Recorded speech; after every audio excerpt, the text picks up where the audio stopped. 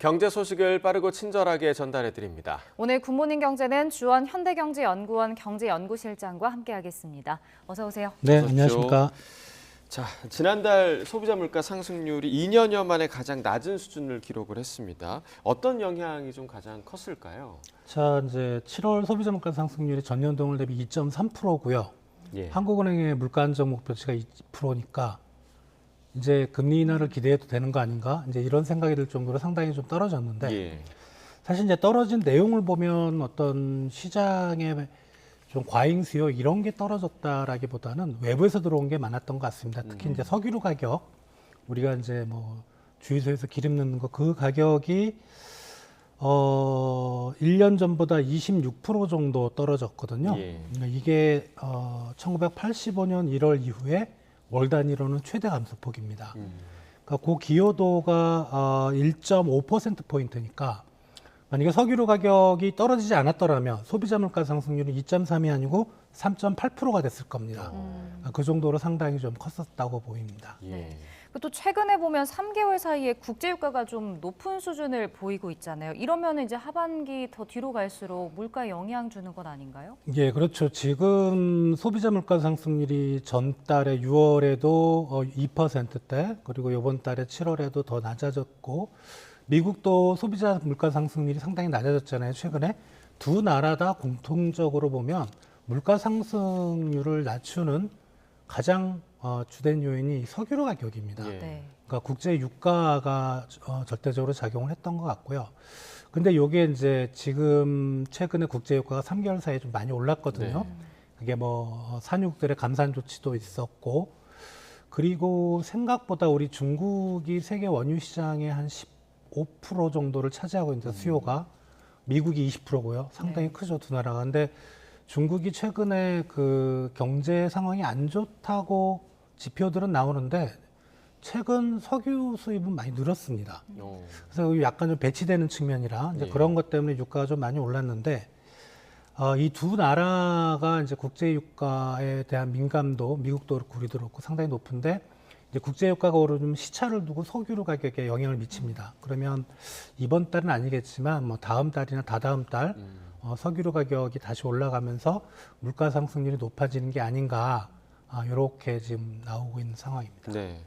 그러니까 기름값도 이제 다시 뛰고 있고 또 지난달에 집중호우 때문에 채소류 가격이 급등을 또 했었잖아요. 그리고 무더위도 계속되고 있고 또 수입 곡물 가격까지 지금 상승하고 있는 상황에서 국민들이 체감할 수 있는 그 장바구니 물가의 변동성이 너무 커지는 거 아니냐 이런 우려도 나오는데 이 부분 어떻게 좀 보시나요? 맞습니다. 일단은 이제 국제 곡물가부터 살펴보면 많이 이제 나온 소식이지만 러시아하고 우크라이나 간의 흑해 곡물 협정이 종료가 됐죠. 예. 네. 그래서 국제 곡물 가격이 최근 좀 변동성이 조금씩 높아지고 있습니다. 그러니까 어느 한 방향으로 가격이 올라가고 내려가고 어느 한 방향 추세는 안 잡고 있지만 상당히 좀 불안한 모습이고, 그리고 최근에 이제 이 원유는 이제 우유를 만드는 낙농가의 원유죠.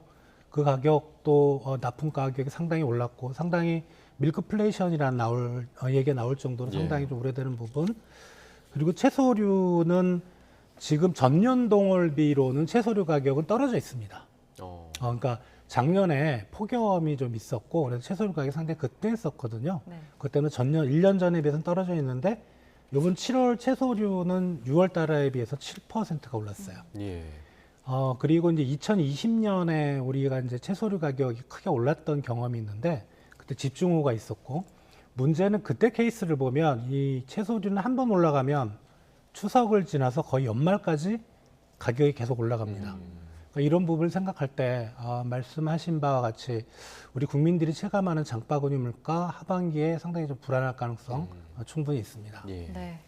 다음 소식도 살펴보겠습니다. 미국의 신용 등급이 하향 조정됐다라는 소식 저희가 연일 전해드렸는데 그 여파가 계속 이어지고 있더라고요. 아시아 증시도 이틀째 하락하고 환율도 올랐는데 그래도 그 영향이 좀 오래 가진 않을 거다 이런 전망이 많더라고요. 가장 가장 큰 근거는 만약에 이제 그 신용 등급이 하향 조정된 게 정말 제대로 된 통계 분석이냐라는 건데요. 이게 뭐 제대로 됐다면 미국의 단기, 장기 국채 금리가 모두 올라야 되는데 장기 금리는 올랐는데 단기 금리는 최근에 떨어지고 있어요. 그래서 그런 부분을 생각하면 저 피치의 신용등급 이벤트가 과연 적절했는가라는 좀 의문이 있습니다. 개인적으로는 지금 3대 신용평가사 S&P, 무디스, 피치 세 개를 놓고 보면 피치의 시장 마켓 쉐어는 15%밖에 안 됩니다. 예. 어떻게 보면은 노이즈 마케팅이라고 할까 이런 좀 의도도 있을 것 같고 예. 그리고 이제 원달러 환율은 왜 움직이느냐 시청자분들이 많이 궁금해하는 거죠. 네. 미국의 신용등급이 악화가 되면 달러나 미 국채의 어떤 레이팅이 떨어지는데 왜 안전자산 선호 현상으로 달러에 대한 수요가 드러나냐 이 부분인데 사실 요게 이제 신용등급이라는 이벤트가 발생하면 2011년에 우리가 S&P가 한번 미국 신용등급을 떨어뜨리면서 그때 금융시장이 난리가 났었거든요. 이제 그런 과거의 경험을 놓고 보면 뭔가 좀 기준이 되는 자산을 갖고 있어야 돼요. 그게 국채든 달러든. 근데 지금으로서는 여전히 그런 기준이 되는 자산은 이제 달러밖에 없습니다. 그러다 보니까 달러에 대한 수요가 좀 있었고, 근데 장기적으로 보면 지금 2011년의 경험 때문에 금융시장에서 지금 많이 불안해하는데 그때하고 지금 좀 상황 많이 틀린 것 같아요. 그때는 이제 유럽 재정위기가 바로 있었고 경기가 또 내려가는 국면. 근데 지금 이제 그런 분위기는 아니기라 시장에서 뭐 단기적으로는 좀 변동성 커질 수 있겠으나 아마 원래 어떤 금융시장의 레벨로 다시 돌아가지 않을까 생각이 됩니다. 네. 그러니까 제대로 된 분석이 아닐 수 있다. 심지어는 노이즈 마케팅의 가능성도 지금 언급을 해주셨는데 실제로 그 워렌 버핏이나 미국의 증권계에서는 크게 개의치 않는 모습을 좀 보이는 것 같더라고요. 이렇게 사실 신경 쓰지 않아도 되는 그런 신용 등급이라면 이게 진짜 실효성이 있는 거냐 이런 의견도 나올 수 있는 것 같거든요. 지금 이제 3대 신평사 중에 무디스만 미국에 대해서 최고 등급을 가지고 있고 예. S&P도 사실은 최고 등급에서 가장 바로 밑에는 2등급을 잡고 있거든요. 그래서 전혀 뭐 타당성이 없는 건 아닌데 근데 문제는 그 피치 기준의 1등급 AAA에 들어가는 국가들이 유럽 국가들이에요. 과연 미국이 지금 전쟁이 벌어지고 있는 인근에 있는 유럽 국가들보다 신용 등급이 낮을까? 이거는 아닌 거죠. 예, 아무리 봐도. 그래서 그런 부분에서는 워렌 버핏이 얘기한 부분이 저는 맞다고 생각이 되고요. 뭐 미국 경제의 앞으로의 좀 불안정성 그리고 미국 부채가 좀 많이 늘어난다는 이런 것을 이제 경고하는 의미에서 피치가 이런 등급을 하향 조정하지 않았나 생각이 됩니다. 예. 뭐 뉴욕 증시가 또 하락 마감을 했는데 이것도 영향을 그럼 받았다고 볼 수 있는 건가요? 근데 어제는 하락하긴 했는데 3대 지수가 좀 그렇게 많이 떨어지진 않았죠. 그래서 그 전날에 좀 많이 떨어졌었는데 이제 충격을 흡수하는 과정인 것 같고요. 근데 공교롭게도 주요 기업들 실적이 조금씩 발표가 됐는데 좀 좋지가 않았어요. 이제 그런 부분.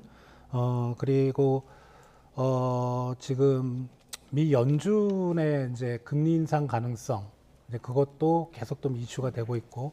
아무튼 앞에서 말씀드렸지만 이제 신용 등급의 이슈는 시간이 가면 갈수록 크게 미국 증시나 우리나라 증시에 영향을 주지는 않을 걸로 생각이 됩니다. 네. 방금 뭐 주요 기업들의 실적이 좋지 않았다 이렇게 언급해 주신 기업들 가운데 이제 IT 기업들이 좀 있는 것 같습니다. 인텔 또 퀄컴 이런 기업들도 지난 2분기에 기대 이하의 성적표를 좀 받아든 것 같아요. 이게 상당히 중요한 의미를 가지는데 예. 우리 이제 삼성전자나 SK 하이닉스 2분기 실적이 안 좋았잖아요. 근데 우리 기업들이 들어가 있는 반도체 시장이 메모리 반도체입니다. 예. 메모리 반도체가 뜨기 위해서는 앞에 이제 비메모리 쪽이 먼저 좀 떠줘야 되는데 그게 이제 지금 보고 계신 인텔과 퀄컴이라고 보시면 되는데 예. 저쪽 실적이 안 좋다면 이제 우리 메모리 반도체 향후 실적도 어떻게 보면 우리 메모리 반도체 기업들의 선행지표 역할을 할 수가 있거든요. 그렇다면 우리 하반기에 반도체 시황이 좋아질 거라고 많이들 얘기하는데 2분기, 1분기가 바닥인 건 저도 동의를 하겠는데 예. 저런 분위기라면 좋아지더라도 우리가 크게 기대는 못하는 게 아닌가 예, 그렇게 생각이 됩니다. 네. 그러니까 우리 경제 불확실성도 좀 커질 수 있다 이렇게 보시는 거죠? 뭐 우리 반도체 기업들이 우리 한국 경제 전체를 대변하진 않지만 사실 수출과 설비 투자에 한 20%씩 담당하고 있거든요. 근데 그런 쪽의 상황이 하반기에도 좋지 않다. 이렇다면은 우리 금융시장도 그렇고 한국의 실물 경제도 그렇게 좋아지진 않을 걸로 생각이 됩니다. 예. 하반기 경기 반등을 보장할 수 없다. 이런 의견을 내주셨습니다. 네, 오늘 굿모닝 경제 여기까지 듣겠습니다. 주원 실장과 경제 이야기 나눠봤습니다. 고맙습니다. 고맙습니다.